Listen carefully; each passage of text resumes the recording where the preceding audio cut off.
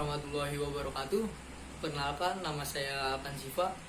Pada pertemuan kali ini saya akan membahas tentang komunikasi efektif dalam resiko kebencanaan likuifaksi. Di sini saya berada di kelompok 9 bersama partner saya, Farah Septa. Saya ingin menyampaikan apa itu likuifaksi, proses peristiwa, komunikasi optimal untuk mencegahnya, akibat yang ditimbulkan oleh likuifaksi. Pertama saya akan membahas tentang apa itu likuifaksi.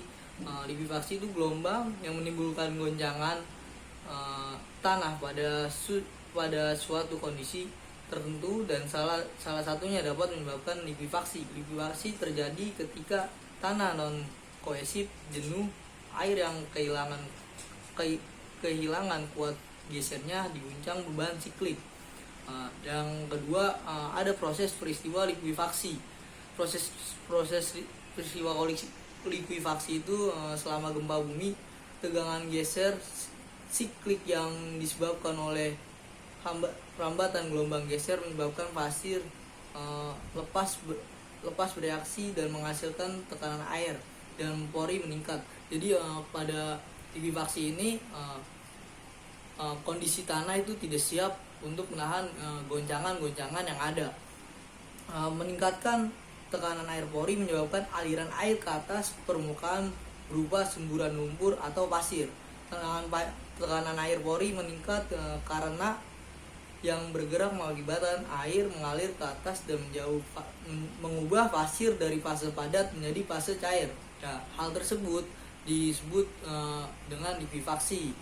Pasir dengan kepadatan sedang sampai lepas dan memiliki elevasi muka air tanah yang tinggi, saat tidak ada getaran mudah akan stabil karena partikel pasir yang saling mengunci. Jadi kalau kondisi tanah itu stabil, maka peristiwa terjadi likuifaksi itu rentan terjadi. Tapi kalau kondisi pasir itu cair, maka kondisi likuifaksi itu sangat mudah untuk terjadi. Di sini ada akibat yang ditimbulkan dari likuifaksi ini. Menurut Idris, pada umumnya gejala yang ditimbulkan oleh likuifaksi dapat berupa semburan pasir atau semburan lumpur serta kerusakan pada bangunan dan sekelilingnya yang telah ditimpa bencana tersebut. Baik, di sini saya akan menjelaskan faktor-faktor yang mempengaruhi likuifaksi.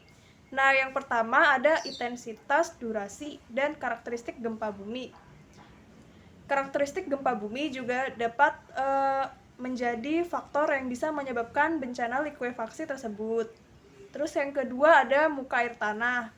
Yang ketiga ada jenis tanah, karena jenis tanah juga sangat mempengaruhi bencana likuifaksi tersebut. Terus yang keempat ada kepadatan relatif awal. Yang kelima ada gradasi dan analisis butiran tanah. Yang keenam ada kondisi drainase dan dimensi deposit atau endapan. Karena kondisi drainase juga dapat menjadi faktor terjadinya gejala alam likuifaksi tersebut. Lalu ada historis lingkungan. Nah, historis lingkungan ini ialah cerita lama yang pernah terjadi di lingkungan tersebut yang menjadi salah satu indikator terjadinya bencana tersebut dapat terjadi. Nah, historis lingkungan juga bisa berupa cerita-cerita yang pernah terjadi, kejadian yang pernah dialami di lingkungan tersebut. Lalu di sini ada penyampaian komunikasi yang efektif untuk mengurangi resiko likuifaksi. Nah, penyampaian komunikasi yang efektif untuk mengurangi resiko likuifaksi yang pertama adalah langkah yang dapat dilakukan untuk pencegahan likuifaksi. Nah, di sini telah disebutkan bahwa langkah yang dapat dilakukan untuk mencegah terjadinya likuifaksi bisa terjadi kembali. Nah, di sini langkah yang bisa dicegah ialah yang pertama ada mengidentifikasi area yang berpotensi terkena likuifaksi berdasarkan pengukuran para ahli. Lalu yang kedua, gunakan fondasi yang cocok. Terus yang ketiga, jika bangunan sudah ada, tingkatkan fondasi dan strukturnya. Terus yang keempat, memperbaiki dengan densifikasi pada tanah yang berpasir. Nah, lalu sebenarnya penyampaian komunikasi yang efektif untuk mengurangi terjadinya risiko likuifaksi bisa terjadi kembali ada menurut Badan Penanggulangan Bencana ialah sebelum merasakan adanya sinyal terjadinya pergerakan tanah di permukaan sebaiknya ketahui dulu daerah-daerah yang rawan terjadinya bencana tersebut. Nah, waktu sejak saat masih ada Sutopo, ia berhasil meramu informasi yang akurat dengan jaringan yang kuat menjadi modal utama dalam memverifikasi beragam informasi. Lalu, koordinasi dan data juga dapat membantu penyampaian komunikasi yang efektif dalam mengurangi terjadinya likuifaksi tersebut. Yang pertama, koordinasi antar pihak baik pemerintah pusat maupun daerah kepada pihak-pihak lainnya. Terus yang kedua ada akurasi data. Terima kasih, bila ada kesalahan mohon maaf. Dapat dilanjutkan dengan video di berikut ini.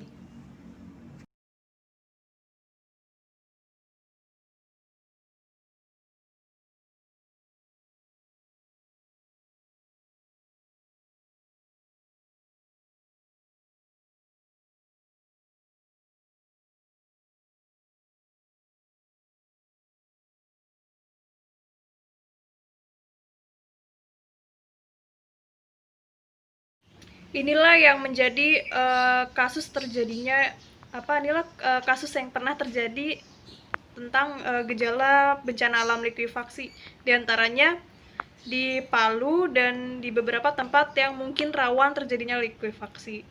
Nah, berikut juga ada proses-proses terjadinya